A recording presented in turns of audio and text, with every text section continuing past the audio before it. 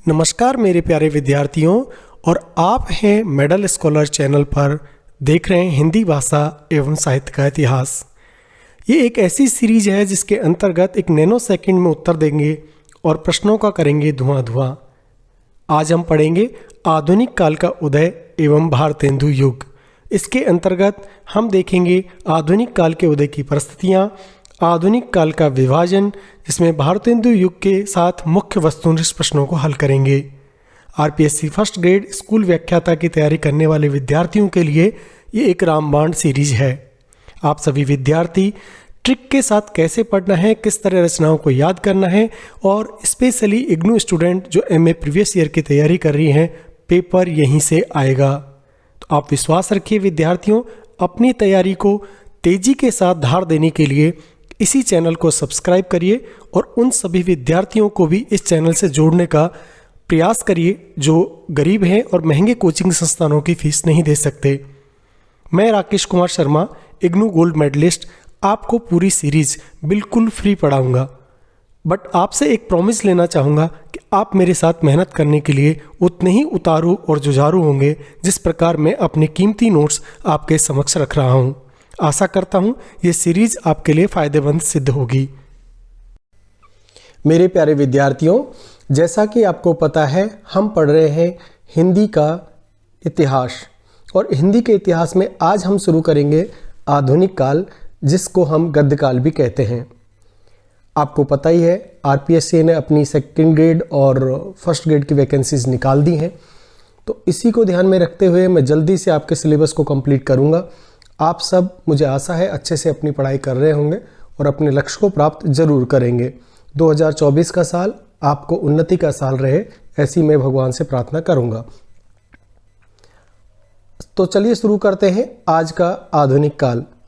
आचार्य रामचंद्र शुक्ल ने हिंदी साहित्य के इतिहास के चतुर्थ खंड को गद्य प्रमुखता के कारण गद्य काल नाम दिया है।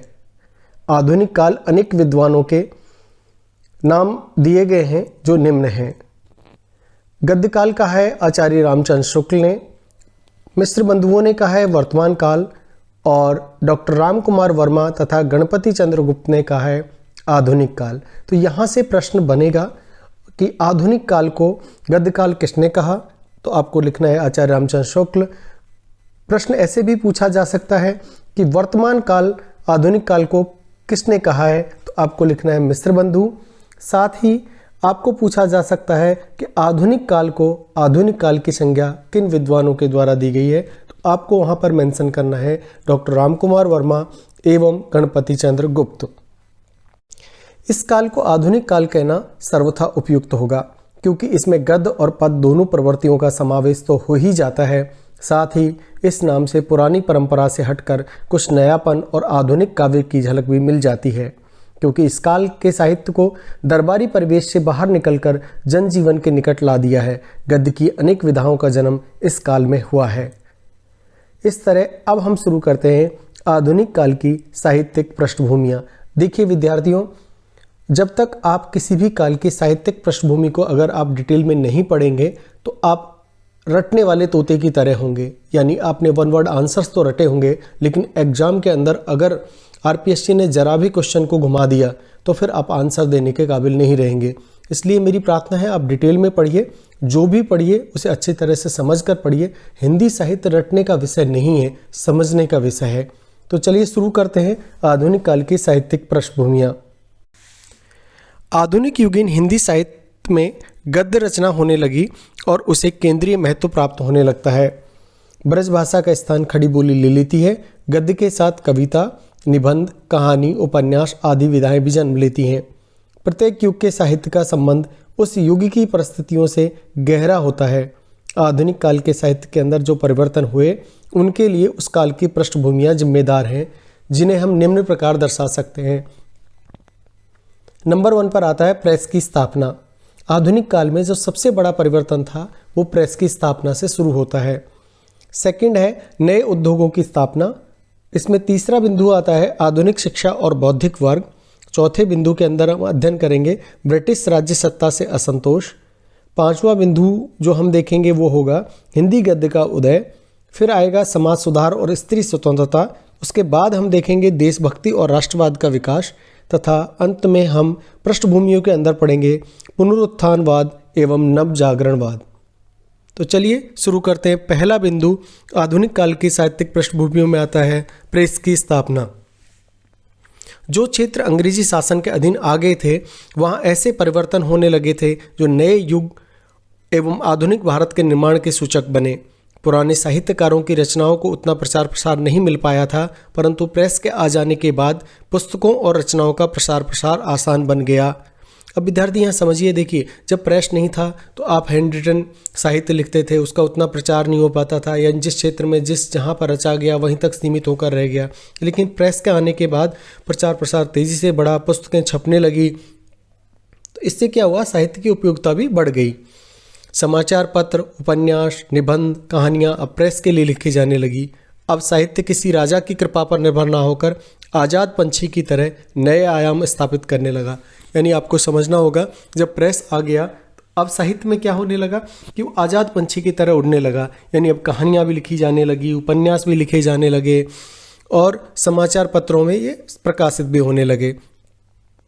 दूसरा बिंदु जो मुख्य रूप से आता है वह है नए उद्योगों की स्थापना। और नए उद्योगों की स्थापना का क्या प्रभाव पड़ा आधुनिक काल के साहित्य पर, आइए देखते हैं। 1857 के असफल विद्रोह से पहले से ही भारत में आधुनिक उद्योगों की स्थापना होने लगी थी। 19वीं सदी के कच्चे माल के ढुलाव के लिए अंग्रेजों ने रेलवे की स्थापना की, साथ ही कपड़ा और जूट मिलें स्थापित होने लगी।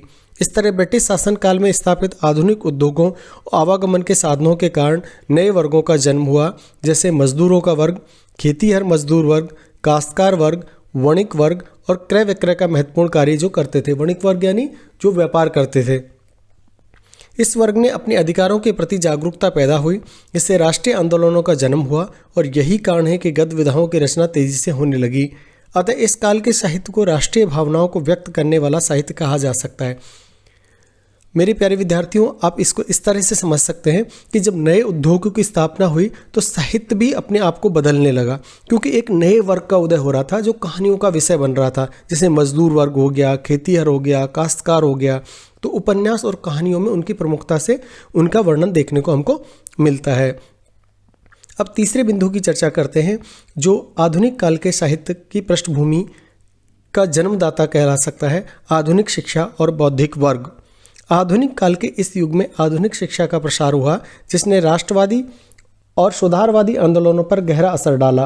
ब्रिटिश सरकार ने अपनी राजनीतिक, आर्थिक और प्रशासनिक जरूरतों के चलते आधुनिक शिक्षा का प्रसार किया।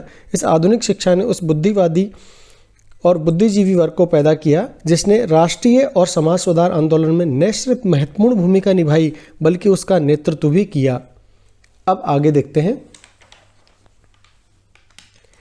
इन्हीं के बीच से कवि एवं साहित्यकार पैदा हुए जिन्होंने अपने विचारों को लोगों तक पहुंचाने के लिए हिंदी साहित्य की अनेक विधाओं को जन्म दिया। इस तरह विद्यार्थियों, जब कवि और साहित्यकार पैदा हो गए तो उन्होंने अपने विचारों को लोगों तक पहुंचाने के लिए हिंदी साहित्य की अनेक विधाओं को जन्म दिया और उनका विश्वास था कि इसके बिना राष्ट्र की उन्नति असंभव थी। अब चौथे बिंदु के रूप में हम देखते हैं ब्रिटिश राज सत्ता से असंतोष। 1857 के विद्रोह ने सामंती शासन की पुनः स्थापना के विकल्प को हमेशा के लिए खत्म कर दिया था। 1885 में कांग्रेस की स्थापना हुई। 1870 से 1880 तक के काल किसानों के लिए अच्छा नहीं था। यह दुर्भिक्ष और भुखमरी का जमाना था। अंग्रेजों के अत्याचार और भारतीय विरोधी कानून बढ़ते ही जा रहे थे। सभी साहित्यकार अपना विरोध हिंदी पत्र पत्रिकाओं के माध्यम से जता रहे थे, लेकिन वो नहीं जानते थे कि ब्रिटिश शासन उनके लिए फायदेमंद है या नहीं है। वे देशों उन्नति की बात तो करते थे, लेकिन महारानी विक्टोरिया के सुशासन की जयनाद भी इसी द्वंद्व के बीच चल रही थी और आधुनिक दौर के हिंदी लेखन की शुरुआत भी यहीं से मानी जाती है। अर्थात इस तरह समझ सकते हैं कि साहित्यकार अंग्रेजों का विरोध तो कर रहे थे, लेकिन तो महारानी विक्टोरिया का जो सुशासन था, एक तरीके से आज भी आपको ऐसे लोग मिल जाएंगे जो अंग्रेजी शासन को ज़्यादा अच्छा मानते थे। यानी उनके द्वारा जो स्थापित रूल्स और रेगुलेशंस थे उनको वो ज़्यादा बेहतर तरीके से आज भी मानते हैं। लेकिन उस दौर में भी ऐसे लोग थे जो उनके समर्थन में भी थे और उनके विपक्ष में भी थे। कुछ लोग उनकी जयकार में भी लिखते थे, अंग्रेजों की जयकारे में भी अपना साहित्य रचते थे, और कुछ लोग उनके विरोध में भी अपने साहित्य की रचना किया करते थे। तो ब्रिटिश राजसत्ता से कुल मिलाकर के असंतोष पनप रहा था। अब हम देखते हैं हिंदी गद्य का उदय। जब अंग्रेजों का शासन हिंदुस्तान में फैल गया तो 1836 ईस्वी में एक आदेश सरकार ने दिया कि कोई भी व्यक्ति अपनी भाषा में सदर और बोर्ड में अर्जी दाखिल कर सकता है। देखिए, ये बहुत बड़ा परिवर्तन था। यानी अंग्रेजी जब शासन था तो वो अंग्रेजी को ही वो प्राथमिकता देते थे। यानी किसी को अगर कोई एप्लीकेशन, प्रार्थना पत्र भी लिखना है तो अंग्रेजी में ही लिखना पड़ता था। लेकिन जब 1836 आया तो सरकार ने एक आदेश निकाला और उसमें कहा कि कोई भी व्यक्ति अपनी भाषा में अर्जी दाखिल कर सकता है। तो ये एक मील स्टोन का साबित हुआ जिसमें हिंदी गद्य का उदय यहाँ से होने लगा था। ये अर्जी हिंदी में भी हो सकती है, लेकिन दरअसल हिंदी उर्दू से अलग नहीं थी, लेकिन उर्दू से अलग हिंदी कहकर मुस्लिम और हिंदुओं की भाषा में बांट दिया। देखिए, अंग्रेजों की शुरू से नीति थी बांटो और राज करो। उन्होंने हमारी भाषा को भी इसी तरह से बांटा। उन्होंने कहा कि भाई हिंदी और उर्दू अलग अलग है, जबकि हिंदी और उर्दू का जो शब्द है आज भी वो आप देखेंगे तो मिले जुले ही शब्द हैं। जिससे अंग्रेजों ने भूमिका निभाई और गारसा दत्तासी जैसे फ्रांसीसी विद्वान भी आरंभ में हिंदी और उर्दू को एक ही भाषा मानते थे, परंतु बाद में इसे अलग माना गया। असंतोषजनक यह था कि अंग्रेजों की इस चाल को न हिंदू समझ पाए और न मुसलमान। इससे हमारी भाषा के साथ साहित्य और संस्कृति भी बट गई। उस समय के लेखक और साहित्यकार भी इससे सहमत नहीं थे। गांधी, नेहरू और प्रेमचंद ने इस खाई को पाटने की कोशिश तो की, लेकिन इससे कोई फायदा ना मिला और हिंदी में एक नए युग का शुरुआत हो गई। अब हम देखते हैं समाज सुधार और स्त्री स्वतंत्रता का क्या प्रभाव पड़ा आधुनिक काल की पृष्ठभूमि पर। 19वीं सदी में लेखक और समाज सुधारक स्त्री स्वतंत्रता के पक्षकार थे। इनमें गोस्वामी तुलसीदास जी के साथ सभी लेखकों ने सामाजिक बुराइयों को मिटाने में अपना योगदान दिया। वो स्त्री की दशा को देश की दशा से जोड़कर देखते थे। इसके लिए स्त्री शिक्षा के प्रसार पर जोर दिया। इससे अनेक कवयित्री और साहित्यकारों का जन्म हुआ। अब देखिए, आप जो पृष्ठभूमियाँ पढ़ रहे हैं इससे आपका माइंडसेट डेवलप होगा। माइंडसेट डेवलप होने पर आप समझ पाएंगे कि आधुनिक काल, जो हम आधुनिक काल में हिंदी साहित्य के अंदर पढ़ते हैं, क्यों पढ़ते हैं, ऐसी कौन सी परिस्थितियाँ थी, उस काल को आधुनिक काल क्यों कहते हैं। इससे आपका माइंडसेट डेवलप होगा और आप क्वेश्चनों को अच्छी तरह समझ पाएंगे हिंदी साहित्य को। और यही कारण है कि मैंने पूरी 2 साल के अंदर पूरी डिटेल में नोट्स बनाए और उनको अच्छे से अध्ययन किया और इग्नू के अंदर मैंने गोल्ड मेडलिस्ट प्राप्त किया। एक तरीके से आप भी किसी भी यूनिवर्सिटी में गोल्ड मेडल ले सकते हैं, बशर्ते कि आप किसी भी चीज़ को पढ़ें तो डिटेल्ड से पढ़ें। डिटेल्ड से पढ़ने का फ़ायदा ये होता है कि एग्जामिनर अगर क्वेश्चन को किसी भी तरह घुमाता भी है, उसका कोई प्रभाव आपके मन मस्तिष्क पर नहीं पड़ता है और अच्छे से आप क्वेश्चन को हैंडल कर पाएंगे। और ऐसी ऐसी ट्रिक के माध्यम से हम यहाँ पढ़ेंगे जिससे कि आपको लगेगा कि सारी चीज़ें तो इतनी आसान थी, हम बेकार में महंगे महंगे कोचिंग संस्थानों में जाकर अपना समय और धन को व्यर्थ में ही गंवाते रहे। अब आइए देखते हैं देशभक्ति और राष्ट्रवाद का विकास। अंग्रेजी शासन में देश का धन विदेश चला गया। मुस्लिम शासक चाहे जितने बुरे हों, लेकिन देश की संपदा देश में ही रही। इन्हीं बातों से प्रेरित होकर भारतीयों ने कई तरह से संगठन स्थापित किए। इन संगठनों के माध्यम से भारतीयों में जागृति लाने का प्रयत्न किया। 1885 में कांग्रेस की स्थापना के साथ इसे देशव्यापी बनाया गया। इसी समय कई हिंदी लेखक इस संगठन के हिस्सा बने, जैसे राधाचरण गोस्वामी, प्रताप नारायण मिश्र। और यहाँ पर प्रताप नारायण मिश्र ने हिंदी हिंदू हिंदुस्तान नाम से एक पद रचना की, जिससे देश में देशभक्ति और राष्ट्रवाद का विकास हुआ।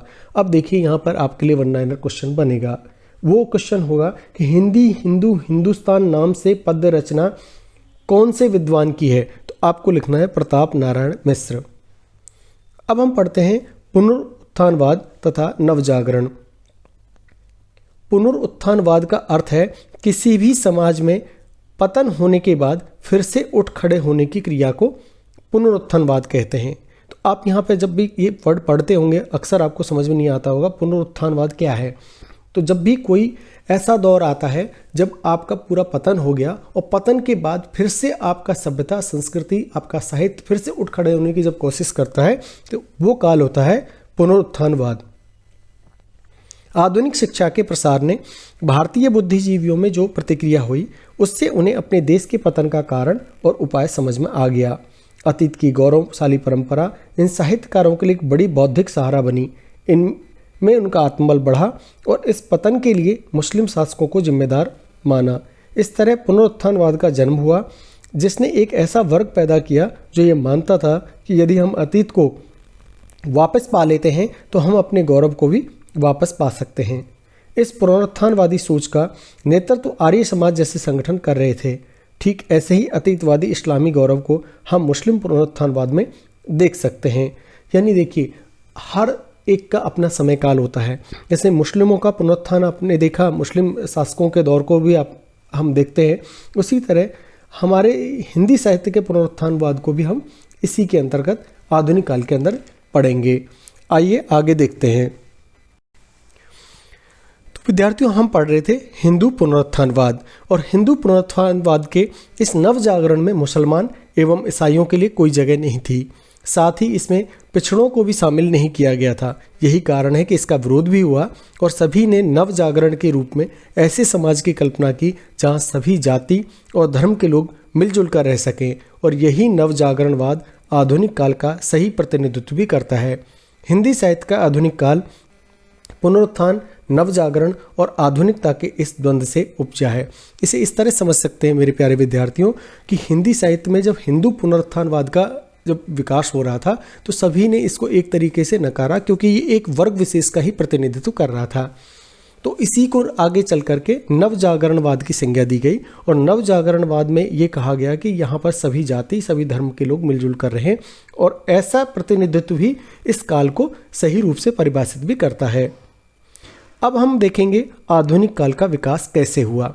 अब देखिए, अब तक का हिस्ट्री पोर्शन था, इससे आपको ये लगा होगा कि आधुनिक काल जब आया तो उस समय कैसी कैसी परिस्थितियाँ रही, हमारे देश में क्या चल रहा था और कैसे साहित्य की ओर हम बढ़ रहे थे। अब साहित्य का जो रचना काल है उसको हम बांट करके विभिन्न भागों में बांटेंगे और कालखंड के अनुसार उसका अध्ययन करेंगे। तो आधुनिक काल को मुख्य रूप से 6 भागों में बांटा जा सकता है: भारतेंदु युग, द्विवेदी युग, छायावादी युग, प्रगतिवादी युग, प्रयोगवादी, नई कविता युग। अब देखिए, आप सर इसको याद कैसे करेंगे? अब याद करने का बहुत सिंपल तरीका है। देखिए, भारतेंदु युग, द्विवेदी, छायावादी, ये तो आपको पता ही है। फिर प्रगतिवादी, प्रयोगवादी और नई कविता, तो 3 को एक साथ याद करिए: भारतेंदु, द्विवेदी, छायावादी, भारतेंदु, द्विवेदी, छायावादी, फिर प्रगतिवादी से प्रयोगवादी बन गया, और फिर नई कविता तो सबसे लास्ट में आता ही है। ऐसे करके आप यहाँ पर पढ़ सकते हैं। जो इग्नू के विद्यार्थी हैं वो ध्यान दें, यहाँ से आपकी एनुअल टर्म एग्जाम में क्वेश्चन बनता ही बनता है। जो फर्स्ट ईयर के विद्यार्थी हैं वो यहाँ से लॉन्ग क्वेश्चन को तैयार कर सकते हैं। तो अब आप देखिए, हम पढ़ेंगे आज के अपने इस चैप्टर के अंदर भारतेंदु युग को आज हम खत्म कर देंगे। द्विवेदी को हम नेक्स्ट लेक्चर के अंदर लेंगे, फिर ऐसे ही एक एक युग को खत्म करेंगे: छायावादी, प्रगतिवादी, प्रयोगवादी और नई कविता। तो इस तरह से 4-5 लेक्चर के अंदर आपका आधुनिक काल को हम खत्म कर देंगे। अब बात आती है कि इस काल को गद्यकाल क्यों कहते हैं। और गद्य की 3 भाषा होती है: ब्रज भाषा, राजस्थानी भाषा और खड़ी बोली। क्योंकि इस काल में सबसे ज़्यादा रचनाएं जो हुई थी वो गद्य के रूप में हुई थी, यही कारण है कि इस काल को गद्यकाल की संज्ञा भी दी गई है। और गद्यकाल में कौन कौन सी भाषा? ब्रज भाषा, राजस्थानी और खड़ी बोली, ये 3 ही बोली थी जिसमें साहित्य को रचा गया। चलिए देखते हैं भारतेंदु युग। अब भारतेंदु युग को भी हम पहले समझेंगे और उसके बाद इसके कवियों का अध्ययन करेंगे, इसके साहित्य का अध्ययन करेंगे, और ऐसी ऐसी ट्रिक के माध्यम से करेंगे कि आपको भारतेंदु युग चुटकियों में याद हो जाएगा। तो चलिए शुरू करते हैं। भारतेंदु युग का समय काल 1850 से 1900 ईस्वी तक आता है। सन 1850 से 1900 तक के युग को भारतेंदु युग कहा जाता है। यह नामकरण भारतेंदु हरिश्चंद्र के नाम पर किया गया है। यह नामकरण भारतेंदु जी के व्यक्तित्व और इस काल में उनके द्वारा रचित साहित्य के कारण सभी इतिहासकारों ने स्वीकार किया है। देखिए, आप कह सकते हैं कि भाई एक व्यक्ति विशेष के नाम पर भारतेंदु युग क्यों रखा गया? क्योंकि इस काल में जो रचनाएं हुई थी भारतेंदु जी की, वो सही मायने में इस युग का प्रतिनिधित्व करती हैं और सभी इतिहासकारों ने इसे स्वीकार भी किया है। उनकी भाषा में भाषा संस्कार करते वक्त और सभी दोषों से मुक्त रखा। उन्होंने न केवल अपनी गद्य की भाषा का संस्कार किया, अपितु पद्य की ब्रज भाषा को भी सुसंस्कृत किया। भारतेंदु जी के पिता गोपाल चंद्र भी अच्छे कवि थे। यहाँ से देखिए प्रश्न बन सकता है कि भारतेंदु जी जो थे, भारतेंदु हरिश्चंद्र, उनके पिता का नाम क्या था? तो आपको याद रखना है गोपाल चंद्र, और गिरधर दास नाम से कविता करते थे। अब यहाँ से आपको यूजीसी नेट के जो विद्यार्थी तैयारी कर रहे हैं या आरपीएससी के जो फर्स्ट ग्रेड की तैयारी कर रहे हैं, वो याद रखिए कि भारतेंदु हरिश्चंद्र ने अपने प्रारंभिक जीवन में जो कविताएं रची थी, जो रचनाएं रची थी, वो गिरधर दास के नाम से किया करते थे। और ऐसे प्रश्न हैं जो अधिकतर विद्यार्थी उनको छोड़ देते हैं और एनुअल एग्जाम्स में ये देखने को मिलता है। तो इसको अच्छे से याद रख लें कि भारतेंदु हरिश्चंद्र ने अपनी प्रारंभिक रचनाएं गिरधर दास नाम से किया था। भारतेंदु जी के काव्य गुरु थे पंडित लोकनाथ। ये भी एक इम्पोर्टेंट फैक्ट बनता है जो अधिकतर एग्जाम्स में आने वाले में देखने को मिल सकता है कि उनके गुरु का नाम क्या था, पंडित लोकनाथ। भारतेंदु युगीन साहित्य में नव जागरण और आधुनिक बोध की अनुभूति सुनाई देती है। ऐसा कहने के पीछे हम कह सकते हैं कि अंग्रेजों के भारत आगमन से भारतीय जनमानस प्रभावित हुआ था। यही कारण है कि भारतीयों में नव जागरण और आधुनिकता की चेतना का प्रारंभ सबसे पहले हुआ। जहां अंग्रेजों ने अपनी दमनकारी नीतियों से समाज और उनके मूल्यों को नष्ट किया, 1857 ईस्वी में अंग्रेजों के खिलाफ विद्रोह उसी क्रम तथा स्थानों से प्रारंभ हुआ जहां से उनके दमनकारी शासन का सूत्रपात हुआ था। सबसे पहले राजा राम मोहन राय ने ब्रह्म समाज की स्थापना की और नव जागरण में मूर्ति पूजा, जाति प्रथा, सती प्रथा आदि का विरोध तथा विधवा विवाह, स्त्री शिक्षा, स्त्री पुरुष समानता का समर्थन किया। महादेव रनाड़े के द्वारा प्रार्थना समाज और स्वामी दयानंद सरस्वती द्वारा आर्य समाज तथा स्वामी विवेकानंद द्वारा रामकृष्ण मिशन की स्थापना के साथ ही नव जागरण और आधुनिक बोध का जन सामान्य के साथ में जुड़ाव होने लगा। इन सबसे जागरण तो हुआ, लेकिन तभी भी कुछ लोग मानसिक दास्ता और अंग्रेजी भक्ति में इतने लीन थे कि उन्हें हर भारतीय चीज़ से घृणा थी तथा हर अंग्रेजी वस्तु से वो प्रेम करते थे। जागरण की दूसरी दिशा मानसिक स्वाधीनता थी। इस नव जागरण और आधुनिकता के बोझ से मध्यकाल जड़ता, अंधविश्वास और रूढ़ियों से स्वयं को मुक्त किया। वे अपने स्वर्णिम अतीत पर गर्व करते हुए वर्तमान में हुई अधोगति को पहचानने लगे। देखिए विद्यार्थियों, आप यहाँ इसको अगर एक दो बार ध्यान से सुन भी लेंगे ना, तो आपका जो माइंड सेट है ना, वो डेवलप हो जाएगा।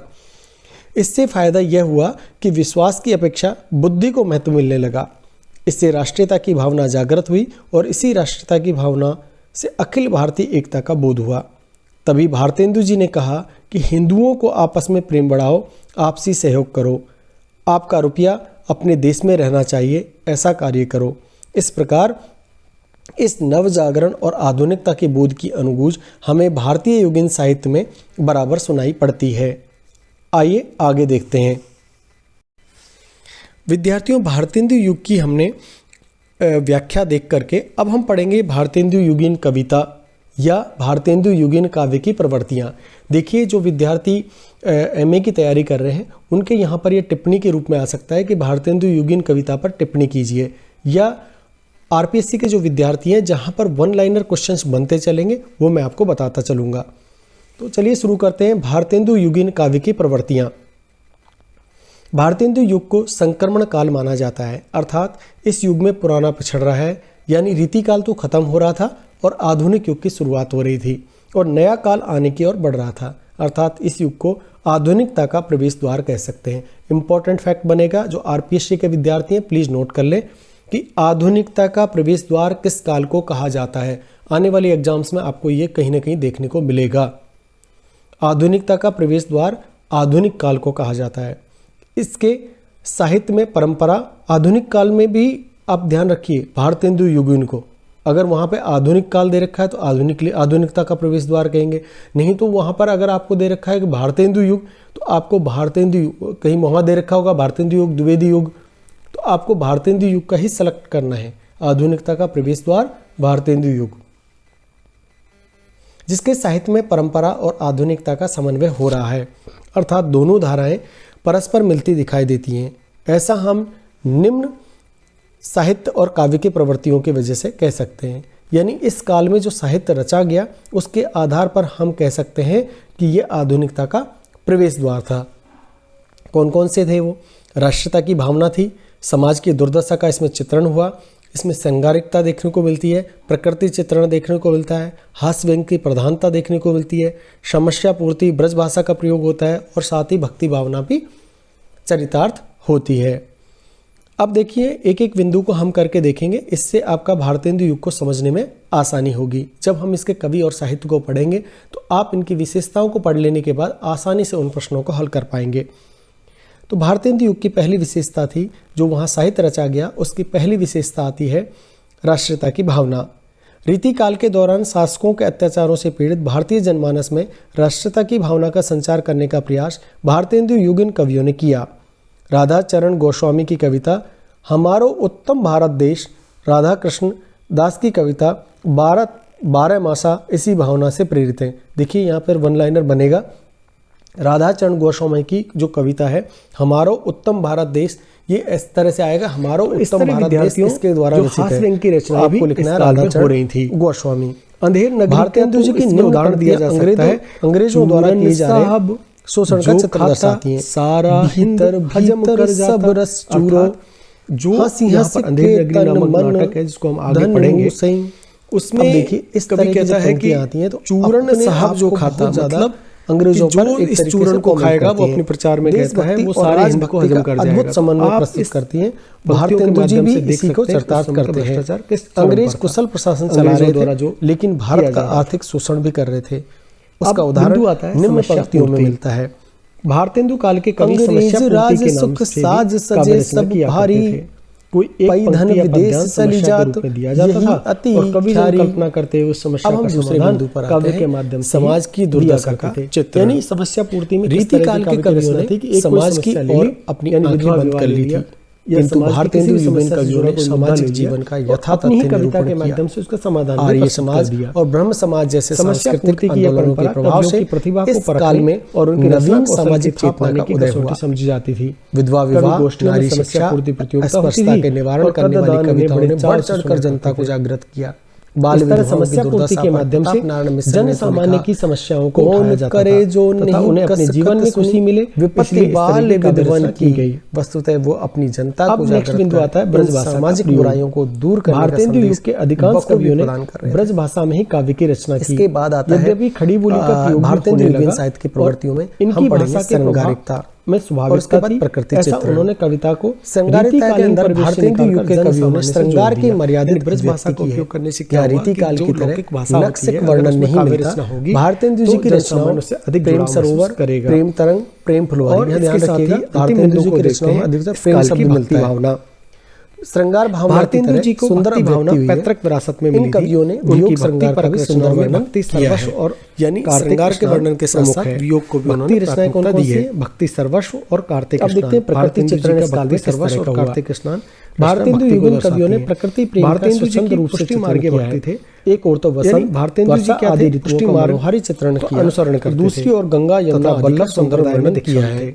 भारतेंदु वसंत होली में इस प्रकार वसंत ऋतु का तथा चंद्रावली प्रकार भारतेंदु युग में साहित्य आदर्श आप याद रखिएगा। चंद्रावली जो भारतेंदु जी की रचना है उसमें किसका वर्णन आधुनिक काल के जनक कहे जा सकते हैं। और वसंत होली में वसंत ऋतु का वर्णन किया है। नोट कर ले कि आधुनिक काल का जनक किसे कहा जाता है, तो भारतेंदु हरिश्चंद्र की प्रधानता तथा इस आधुनिकता का प्रवेश द्वार। इसमें अब तक हमने दो ही इंपॉर्टेंट क्वेश्चन इसके माध्यम से अंग्रेजी याद रखें। आधुनिक काल का प्रवेश द्वार पर चोट की भारतेंदु जी तथा आधुनिक काल के जनक कौन है, भारतेंदु हरिश्चंद्र। अब हम पढ़ेंगे भारतेंदु युगीन कवियात्मकता के साथ में ट्रिक के माध्यम से पढ़ेंगे, आपको ये अच्छे से याद हो जाएंगे किया है। अब भारतेंदु युग के जो कवि हैं वो आते हैं भारतेंदु हरिश्चंद्र, उसके बाद अंबिका दत्त व्यास, फिर जगमोहन, फिर राधाचरण गोस्वामी। अब यहाँ पे देखिए आप कि इसको याद कैसे करेंगे। भारतेंदु युग के जो कवि हैं उनको याद करने की एक ट्रिक है, भारत दत्त जग का स्वामी है। बस आप एक लाइन याद करिए, भारतेंदु युग आपको याद हो जाएंगे। भारत दत्त जग का स्वामी है। भारत से बन गया भारतेंदु हरिश्चंद्र, दत्त से बन गया अंबिका दत्त व्यास, जग से बन गया जगमोहन सिंह और स्वामी से बन गया राधाचरण गोस्वामी। देखिए इतनी इजी ट्रिक में आपको हमने बता दिया। भारतेंदु युग के कवि याद रखने की ट्रिक, भारत दत्त जग का स्वामी है, हो गया याद। अब हम एक एक कवि की रचनाएं देखेंगे और उनको भी ट्रिक के माध्यम से याद करेंगे। तो पहले हैं भारतेंदु हरिश्चंद्र। इसकी रचनाएं अधिकतर प्रेम शब्द लगा हुआ है, जैसे प्रेम सरोवर, प्रेम फुलवारी, प्रेम मल्लिका। तो जहाँ भी आप प्रेम शब्द देखें, आंख बंद करके उसका कर दीजिए हरिश्चंद्र का प्रेम, अर्थात भारतेंदु हरिश्चंद्र। अब देखते हैं अंबिका दत्त व्यास। अंबिका दत्त व्यास की दो प्रमुख रचना है, भारत धर्म और पावस पचासा। तो याद रखिएगा, भारत धर्म तथा पावस पचासा किसकी रचना है? अंबिका दत्त व्यास की। जगमोहन सिंह की रचनाएं हैं देवयानी और श्याम सरोजनी। जगमोहन है तो देवयानी, देव से जुड़े हैं जगमोहन कृष्ण, और श्याम सरोजनी श्याम कृष्ण से जुड़े हैं। तो इस तरह आप ट्रिक करके इसको याद कर सकते हैं। उसके बाद आते हैं राधाचरण गोस्वामी, और राधाचरण गोस्वामी की रचना एक ही प्रमुख है, वह है नवभक्तमाल। नवभक्तमाल आप याद रखिए, यही अधिकतर एग्जाम्स में पूछा जाता है।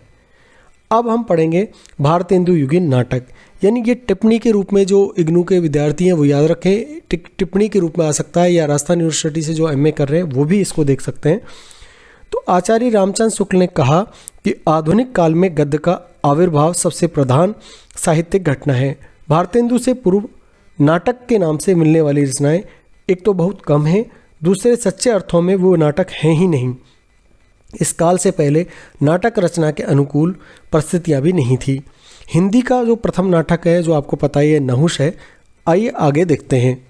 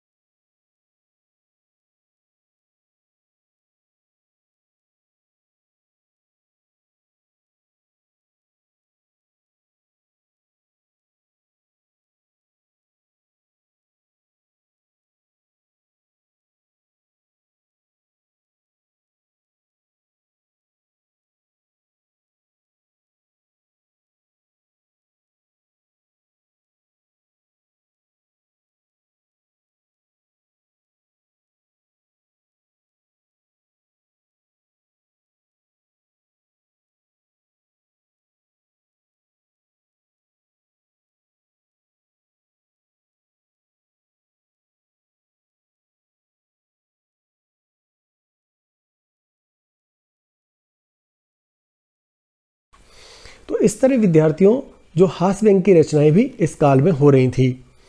अंधेर नगरी का तो इसमें उदाहरण दिया जा सकता है, चूरन साहब जो खाता सारा हिंद हजम कर जाता। अर्थात जो यहाँ पर अंधेरी नगरी नामक नाटक है, जिसको हम आगे पढ़ेंगे, उसमें कवि कहता है कि चूरण साहब जो खाता, मतलब कि जो इस चूरण को खाएगा वो अपने प्रचार में कहता है वो सारे हिंद को हजम कर जाएगा। तो आप इस पंक्तियों के माध्यम से देख सकते हैं कि उस समय का भ्रष्टाचार किस चरम पर था, अंग्रेजों द्वारा जो किया जा रहा था।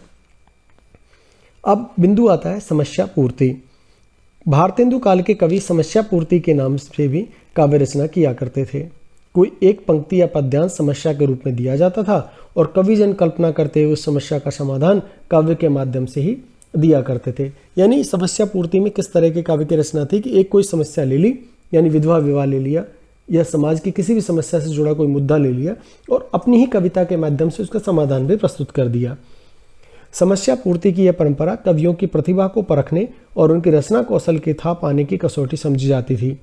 कवि गोष्ठियों में समस्या पूर्ति प्रतियोगिता होती थी और कद्दान इन्हें बड़े चाव से सुना करते थे। इस तरह समस्या पूर्ति के माध्यम से जन सामान्य की समस्याओं को उठाया जाता था तथा उन्हें अपने जीवन में खुशी मिले, इसलिए इस तरह की काव्य रचना की गई। अब नेक्स्ट बिंदु आता है ब्रज भाषा का प्रयोग। भारतेंदु युग के अधिकांश कवियों ने ब्रज भाषा में ही काव्य की रचना की। यद्यपि खड़ी बोली का प्रयोग भी होने लगा और इनकी भाषा के प्रभाव में स्वाभाविकता थी, ऐसा उन्होंने कविता को रीतिकालीन परिवेश से निकालकर जन सामान्य से जोड़ दिया। यानी ब्रज भाषा का उपयोग करने से क्या हुआ कि जो लौकिक भाषा होती है अगर उसमें काव्य रचना होगी तो जन सामान्य उससे अधिक जुड़ाव महसूस करेगा। और इसके साथ ही अंतिम बिंदु को देखते हैं, इस काल की भक्ति भावना। भारतेंदु जी को भक्ति भावना पैतृक विरासत में मिली थी। उनकी भक्ति परक रचनाओं में भक्ति सर्वस्व और कार्तिक स्नान प्रमुख है। भक्ति रचनाएं कौन कौन सी हैं? भक्ति सर्वस्व और कार्तिक स्नान। भारतेंदु जी का भक्ति सर्वस्व और कार्तिक स्नान रचना भक्ति को दर्शाती हैं। भारतेंदु जी की पुष्टि मार्गीय भक्ति थे, यानी भारतेंदु जी क्या थे? पुष्टि मार्ग को अनुसरण करते थे तथा वल्लभ संप्रदाय में दीक्षांत थे। जनमानुष को ईश्वर से जोड़ने के लिए उन्होंने इस प्रकार की रचनाओं की रचना की। इस प्रकार भारतेंदु युग में साहित्य आदर्श और उच्च कोटि के थे। भारतेंदु जी सच्चे अर्थों में आधुनिक काल के जनक कहे जा सकते हैं। इंपॉर्टेंट फैक्ट है, आरपीएससी विद्यार्थी से नोट कर लें कि आधुनिक काल का जनक किसे कहा जाता है, तो भारतेंदु हरिश्चंद्र को, तथा इस युग को आधुनिकता का प्रवेश द्वार। इसमें अब तक हमने दो ही इंपॉर्टेंट क्वेश्चंस देखे हैं, आप इसे याद रखें। आधुनिक काल का प्रवेश द्वार भारतेंदु युग तथा आधुनिक काल के जनक कौन है? भारतेंदु हरिश्चंद्र। अब हम पढ़ेंगे भारतेंदु युगीन कवि और इनको इस ट्रिक के माध्यम से पढ़ेंगे कि आपको ये अच्छे से याद हो जाएंगे। तो भारतेंदु युग के जो कवि हैं वो आते हैं भारतेंदु हरिश्चंद्र, उसके बाद अंबिका दत्त व्यास, फिर जगमोहन, फिर राधाचरण गोस्वामी। अब यहाँ पे देखिए आप कि इसको याद कैसे करेंगे। भारतेंदु युग के जो कवि हैं उनको याद करने की एक ट्रिक है, भारत दत्त जग का स्वामी है। बस आप एक लाइन याद करिए, भारतेंदु युग आपको याद हो जाएंगे। भारत दत्त जग का स्वामी है। भारत से बन गया भारतेंदु हरिश्चंद्र, दत्त से बन गया अंबिका दत्त व्यास, जग से बन गया जगमोहन सिंह और स्वामी से बन गया राधाचरण गोस्वामी। देखिए इतनी इजी ट्रिक में आपको हमने बता दिया। भारतेंदु युग के कवि याद रखने की ट्रिक, भारत दत्त जग का स्वामी है, हो गया याद। अब हम एक एक कवि की रचनाएं देखेंगे और उनको भी ट्रिक के माध्यम से याद करेंगे। तो पहले हैं भारतेंदु हरिश्चंद्र। इसकी रचनाएं अधिकतर प्रेम शब्द लगा हुआ है, जैसे प्रेम सरोवर, प्रेम फुलवारी, प्रेम मल्लिका। तो जहाँ भी आप प्रेम शब्द देखें आंख बंद करके उसका कर दीजिए हरिश्चंद्र का प्रेम, अर्थात भारतेंदु हरिश्चंद्र। अब देखते हैं अंबिका दत्त व्यास। अंबिका दत्त व्यास की दो प्रमुख रचना है, भारत धर्म और पावस पचासा। तो याद रखिएगा भारत धर्म तथा पावस पचासा किसकी रचना है? अंबिका दत्त व्यास की। जगमोहन सिंह की रचनाएं हैं देवयानी और श्याम सरोजनी। जगमोहन है तो देवयानी, देव से जुड़े हैं जगमोहन, जगमोहन कृष्ण, और श्याम सरोजनी, श्याम कृष्ण से जुड़े हैं। तो इस तरह आप ट्रिक करके इसको याद कर सकते हैं। उसके बाद आते हैं राधाचरण गोस्वामी, और राधाचरण गोस्वामी की रचना एक ही प्रमुख है, वह है नवभक्तमाल। नवभक्तमाल आप याद रखिए, यही अधिकतर एग्जाम्स में पूछा जाता है। अब हम पढ़ेंगे भारतेंदु युगीन नाटक, यानी ये टिप्पणी के रूप में जो इग्नू के विद्यार्थी हैं वो याद रखें, टिप्पणी के रूप में आ सकता है, या राजस्थान यूनिवर्सिटी से जो एमए कर रहे हैं वो भी इसको देख सकते हैं। तो आचार्य रामचंद्र शुक्ल ने कहा कि आधुनिक काल में गद्य का आविर्भाव सबसे प्रधान साहित्यिक घटना है। भारतेंदु से पूर्व नाटक के नाम से मिलने वाली रचनाएं एक तो बहुत कम हैं, दूसरे सच्चे अर्थों में वो नाटक हैं ही नहीं। इस काल से पहले नाटक रचना के अनुकूल परिस्थितियाँ भी नहीं थी। हिंदी का जो प्रथम नाटक है, जो आपको पता ही है, नहुष है। आइए आगे देखते हैं। विद्यार्थियों, अक्सर आपने देखा होगा कि ये एग्जाम्स में देखने को मिलेगा कि हिंदी का प्रथम नाटक कौन सा है, तो आपको लिखना है नहुष। नहुष हिंदी का प्रथम नाटक है। और दूसरा अगर पूछ ले तो आपको लिखना है शकुंतला, और तीसरा अगर पूछ ले तो आपको लिखना है विद्या सुंदर। तो यहाँ से एक नाटक से अगर संबंधित प्रश्न पूछा जाता है तो इन्हीं तीनों में से प्रश्न आता है। तो आरपीएससी के जो विद्यार्थी हैं वो नोट कर लें कि हिंदी का प्रथम नाटक कौन सा है, नहुष। द्वितीय नाटक कौन सा है, शकुंतला। और तृतीय नाटक कौन सा है, विद्या सुंदर। तो नहुष, शकुंतला, विद्या सुंदर, नहुष, शकुंतला, विद्या सुंदर, ये 3 नाटक हैं जो फर्स्ट, सेकंड, थर्ड हिंदी में आए हैं। इनमें से 2 नाटक तो अनुवाद हैं, जिनमें राजा लक्ष्मण सिंह कृत शकुंतला कालिदास का अभिज्ञान शकुंतलम का अनुवाद है, तथा विद्या सुंदर स्वयं भारतेंदु द्वारा बांग्ला से अनुदित है। अब देखिए, जो पहले 2 नाटक हैं कौन कौन से। शकुंतला, शकुंतला किसका है? शकुंतला जो नाटक है वो कालिदास के अभिज्ञान शकुंतलम का अनुवाद किया गया है।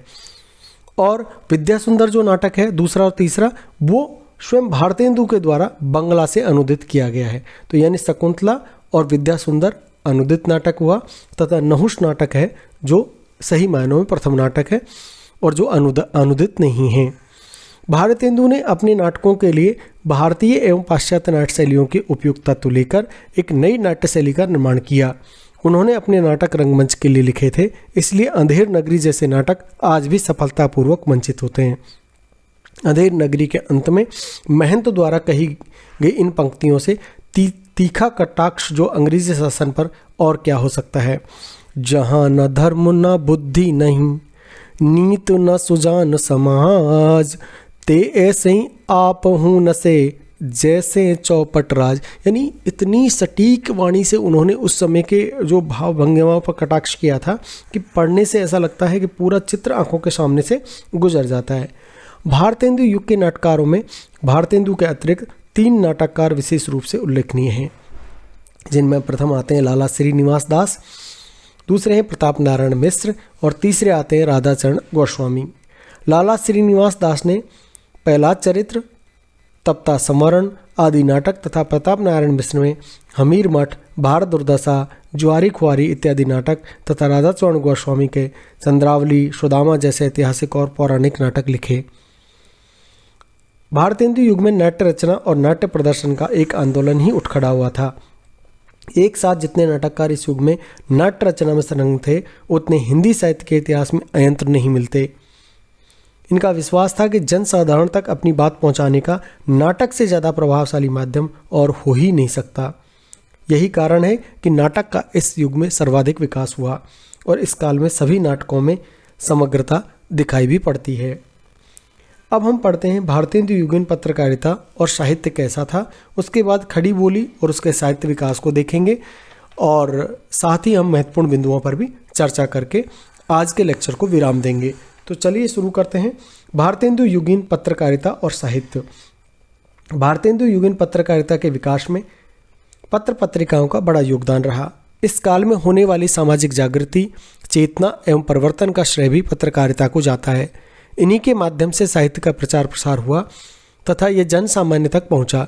हिंदी के पहले साप्ताहिक उदंत मार्तंड, देखिए अधिकतर एग्जाम्स में ये क्वेश्चन आपको देखने को मिलेगा और आरपीएससी के विद्यार्थी से नोट कर ले कि हिंदी का पहला साप्ताहिक समाचार कौन सा था, उदंत मार्तंड। इसका आपको ईयर भी पूछता है, स्थान भी पूछता है। तो इसका प्रकाशन हुआ था कलकत्ता से 1826 में। हिंदी का पहला साप्ताहिक उदंत मार्तंड, प्रकाशन कब हुआ? 1826। कहाँ से हुआ? कलकत्ता से। तो आपको साप्ताहिक पूछेगा तो उदंत मार्तंड का नाम लेना है, साप्ताहिक समाचार। और ये ग्राहकों के अभाव में 1827 में बंद भी हो गया। कलकत्ता से ही हिंदी का पहला दैनिक समाचार पत्र श्याम सुंदर सेन ने जून 1854 में समाचार सुधा वर्षण नाम से निकाला। अब देखिए, हिंदी का पहला समाचार पत्र जो दैनिक था वो कौन सा था? श्यामाचार सुधा वर्षण। उदंत मार्तंड था हिंदी का समाचार पत्र, लेकिन वो साप्ताहिक था। अगर दैनिक पूछ ले, आपसे पूछ ले कि दैनिक कौन सा, और यहीं पर अक्सर विद्यार्थी कन्फ्यूजन पैदा करते हैं कि अगर वो ये ध्यान नहीं देते कि साप्ताहिक पूछा है कि दैनिक पूछा है। और दैनिक पूछेगा तो आपको लिखना है समाचार सुधा वर्षण। जो कि 1854 में आया। और अगर वो पूछता है कि आपको साप्ताहिक, तो आपको लिखना उदंत मार्टन। इसके बाद बनारस से जनवरी 1845 में बनारस अखबार भी निकला। हिंदी क्षेत्र का यह पहला समाचार पत्र था। हिंदी क्षेत्र का अगर पहला समाचार पत्र आपसे पूछता है तो आपको देना है जनवरी 1845 में बनारस अखबार। हिंदी क्षेत्र का यह पहला समाचार पत्र होने के साथ साथ हिंदी भाषा को सच्चे अर्थों में अपनाने का कार्य इस समाचार पत्र ने किया। तो इस तरह इन समाचार पत्रों में साहित्य का प्रकाशन ना के बराबर होता था। साहित्य के प्रकाशन के लिए साहित्यकारों ने अलग से पत्र पत्रिकाएं निकाली। स्वयं भारतेंदु हरिश्चंद्र ने कवि वचन सुधा तथा हरिश्चंद्र मैगजीन का प्रकाशन किया। इंपॉर्टेंट फैक्ट है, इसे नोट कर लें कि हरिश्चंद्र द्वारा कवि वचन सुधा और हरिश्चंद्र मैगजीन का प्रकाशन हुआ है। तो इसमें इंपॉर्टेंट ज़्यादा पूछता है कवि वचन सुधा को। उनके अतिरिक्त प्रताप नारायण मिश्र ने ब्राह्मण और लाला श्रीनिवासन दास ने सदादर्श, राधाचरण गोस्वामी ने भारतेंदु, अंबिका दत्त व्यास ने पीयूष प्रभा तथा गोपाल राम ने जासूस नामक पत्रिकाएं और पत्र निकाले। अब यहाँ पर आप ये वन वर्ड लाइनर बनता है कि कौन से कवि ने कौन सी पत्रिका का प्रकाशन किया या उसका संपादन किया। तो यहाँ पर आप याद रखिए कि कवि वचन सुधा और हरिश्चंद्र मैगजीन तो है भारतेंदु हरिश्चंद्र की, ब्राह्मण पत्रिका है प्रताप नारायण मिश्र की, और सदादर्श है लाला श्रीनिवासन दास की, और भारतेंदु है राधाचरण गोस्वामी तथा पीयूष प्रभा है अंबिका दत्त व्यास की, तथा जासूस नामक पत्र पत्रिकाएं निकाली गोपाल राम ने। राष्ट्रीय सांस्कृतिक चेतना जगाने, रूढ़ियों और अंधविश्वास से मुक्त करने, समाज सुधारने के अतिरिक्त इन पत्र पत्रिकाओं का मुख्य उद्देश्य हिंदी भाषा का प्रचार और हिंदी साहित्य लिखने वालों की संख्या में वृद्धि करना था। भारतेंदु युग का अधिकांश साहित्य इन्हीं पत्र पत्रिकाओं के माध्यम से सामने आया तथा हिंदी भाषा का परिमार्जन हुआ। अब हम देखते हैं खड़ी बोली और उसका साहित्यिक विकास किस तरह से हुआ। खड़ी बोली के अंदर जो खड़ी बोली क्या है, हिंदी भाषा का ही एक रूप है। खड़ी बोली हिंदी भाषा का ही रूप होने के कारण मूलतः हिंदी और मेरठ के आसपास बोली जाने वाली भाषा थी। यानी इसे इस तरह देख सकते हैं कि ये जो भाषा थी खड़ी बोली कहाँ बोली जाती है, दिल्ली और मेरठ के आसपास। इसका जन्म 11वीं शताब्दी में हुआ। खड़ी बोली पुकारी जाने से पहले यह हिंदी, हिंदवी या दक्षिणी हिंदी के नाम से पुकारी जाती थी। तो ये वन वर्ड लाइनर यह बनता है कि हिंदी में खड़ी बोली के उद्भव से पहले उसे किस नाम से जाना जाता था। तो आपको ऑप्शन दे देगा हिंदवी, हिंदी, दक्षिणी हिंदी या ऑल ऑफ द अबव। तो आपको 3 नामों का याद रखना है, हिंदी, हिंदवी और दक्षिणी हिंदी। सबसे पहले से खड़ी बोली लल्लू लाल जी ने कहा, फिर सदल मिश्र ने अपनी रचना प्रेम सागर में इसे खड़ी बोली के रूप में दर्शाया। अब आगे देखते हैं। इन्होंने अपनी रचना में कहा कि यामिनी भाषा छोड़ दिल्ली आगरे की खड़ी बोली, अर्थात इनका मानना था कि देववाणी से कोई समझ नहीं सकता था, इसीलिए उन्होंने चंद्रावती नामक रचना को खड़ी बोली में लिखा। इसका तात्पर्य यह है कि खड़ी बोली बोली या जनभाषा के रूप में उतनी ही पुरानी है जितनी हिंदी क्षेत्र की अन्य बोलियाँ। भारतेंदु युग के साहित्य गद्य की भाषा खड़ी बोली अखिल भारतीय स्तर पर भी आदान प्रदान की भाषा बन चुकी थी। नाथपंथी जोगियों, पंथी संतों, कबीरपंथियों, मुसलमानों ने देश के कोनों कोनों तक पहुंचाने में अहम भूमिका निभाई। अलाउद्दीन खिलजी के समय दक्षिण में यह भाषा शासन, प्रबंध और बोलचाल की भाषा बनी। व्यवहार की यह भाषा अब धर्म, शासन, व्यापार और साहित्य की भाषा बन चुकी थी। 19वीं शताब्दी में खड़ी बोली का साहित्य में प्रयोग नगण्य है। इससे पहले साहित्य के रूप में पहेलियाँ, मुकरियाँ और कविता लिखने में इस बोली का प्रयोग किया गया। संत कवियों के अलावा मीरा, घनानंद, शेख, भूषण जैसे कवियों ने भी उसे अपनी काव्य की भाषा बनाया तथा साहित्य भाषा के रूप में खड़ी बोली की यह प्रारंभिक अवस्था है। लेकिन हिंदी को साहित्य भाषा के रूप में विकसित करने में इनका योगदान अवश्य रहा है। ईस्ट इंडिया कंपनी के कर्मचारियों को शिक्षा, भाषा ज्ञान और सदाचरण सिखाने के उद्देश्य से कलकत्ता में फोर्ट विलियम कॉलेज की स्थापना की गई। अब यहाँ पर विद्यार्थी ध्यान दें कि कलकत्ता में जो फोर्ट विलियम कॉलेज, आजकल के जो प्रश्न पूछे जाते हैं वो आपको बौद्धिकता पे आधारित होते हैं। कैसे? वहाँ आपसे प्रश्न पूछा जाएगा कि कलकत्ता में फोर्ट विलियम कॉलेज की स्थापना, ये तो विद्यार्थियों ने रट लिया कि फोर्ट विलियम कॉलेज की स्थापना कहाँ हुई, कलकत्ता में। इसका उद्देश्य क्या था? ये प्रश्न अब नए तरीके से पूछे जाते हैं। तो आपको उद्देश्य ध्यान रखना है कि ईस्ट इंडिया कंपनी के कर्मचारियों को शिक्षा, भाषा ज्ञान और सदाचरण सिखाने के लिए फोर्ट विलियम कॉलेज की स्थापना की गई। गिलक्रिस्ट हिंदुस्तानी विभाग के अध्यक्ष नियुक्त हुए तथा खड़ी बोली की वो आस्था रखते थे। उनकी दृष्टि में यही सृष्टजनों की भाषा थी। जो गिलक्राइस्ट थे वो पहले अध्यक्ष थे फोर्ट विलियम कॉलेज के। उनके इस विश्वास के कारण हिंदी और उर्दू दोनों के गद्य का निर्माण हुआ। इस कॉलेज में खड़ी बोली के गद्य के निर्माण के लिए 2 भाषा मुंशी भी नियुक्त किए गए। इसमें देखिए, अब ये अधिकतर यूजीसी नेट में भी पूछा गया है और आगे आरपीएससी में पूछा जा सकता है कि हिंदी में जो सबसे पहले फोर्ट विलियम कॉलेज की जो स्थापना हुई उसमें कौन से 2 विभागों की स्थापना हुई, हिंदी और उर्दू दोनों की हुई। तो हिंदी से कौन थे? आगरा निवासी लल्लू लाल जी और आरा निवासी सदर मिश्र। तो लल्लू लाल जी और सदर मिश्र हिंदी से विद्वान वहाँ पर गए थे। साथ ही उन्होंने क्या किया, लल्लू लाल जी ने क्या किया कि श्रीमद् भागवत के 10वें स्कंद की कथा, ठीक है, याद रखिएगा, इंपॉर्टेंट क्वेश्चन यहाँ से बनेगा कि लल्लू लाल जी ने श्रीमद् भागवत के 10वें स्कंद की कथा को खड़ी बोली में प्रेम सागर के नाम से रचा। तो प्रेम सागर में किसकी कथा है? श्रीमद् भागवत के 10वें स्कंद की कथा है। और ऐसे ही प्रश्न घुमा करके एग्जाम्स में पूछे जाते हैं कि लल्लू लाल जी ने प्रेम सागर में किसको दर्शाया है। तो आपको याद रखना है श्रीमद् भागवत के 10वें स्कंद की कथा को खड़ी बोली में दर्शाया है। सदर मिश्र ने क्या किया? चंद्रावती और रामचरित 2 पुस्तकों की रचना की, चंद्रावती और रामचरित। इस प्रकार ये 2 लेखक ऐसे थे जिन्होंने खड़ी बोली में स्वाधीन होकर लिखा। यानी लल्लू लाल जी और सदर मिश्र थे जिन्होंने हिंदी की साइड से खड़ी बोली में रचना के लिए फोर्ट विलियम कॉलेज में बुलाया गया। लल्लू लाल जी ने तो क्या किया? श्रीमद् भागवत के 10वें स्कंद की कथा को प्रेम सागर के रूप में दर्शाया। सदर मिश्र ने क्या किया? इन्होंने 2 रचनाएं रची, चंद्रावती और रामचरित। ईसाई मशीनरियों ने भी खड़ी बोली का प्रचार किया। इन्होंने धर्म परिवर्तन के उद्देश्य से ही किया। स्कूलों में शिक्षा में खड़ी बोली को रखा। यानी धर्म परिवर्तन, अब हिंदुओं को आपको ईसाई बनाना है तो कैसे बनाएंगे? उनकी भाषा को आपको अपनाना पड़ेगा। इसीलिए इन्होंने अपनी स्कूलों में क्या किया? खड़ी बोली की रचना में अपने साहित्य को रचा। इससे अनेक विषय गद्य खड़ी बोली में रचे गए। पादरियों ने प्रवचनों के लिए खड़ी बोली को अपनाया। आर्य समाज की खड़ी बोली को बड़ी देन है। इन्होंने हिंदी भाषा क्षेत्रों में सुधारवादी आंदोलन किए तथा संपर्क भाषा खड़ी बोली रही। यानी आर्य समाज का जो प्रचार प्रसार हुआ खड़ी बोली में हुआ, वो अपने भाषण में हिंदी में ही देने लगे। इससे अनुयायी भी हिंदी में ही लेखन और साक्षात करते थे।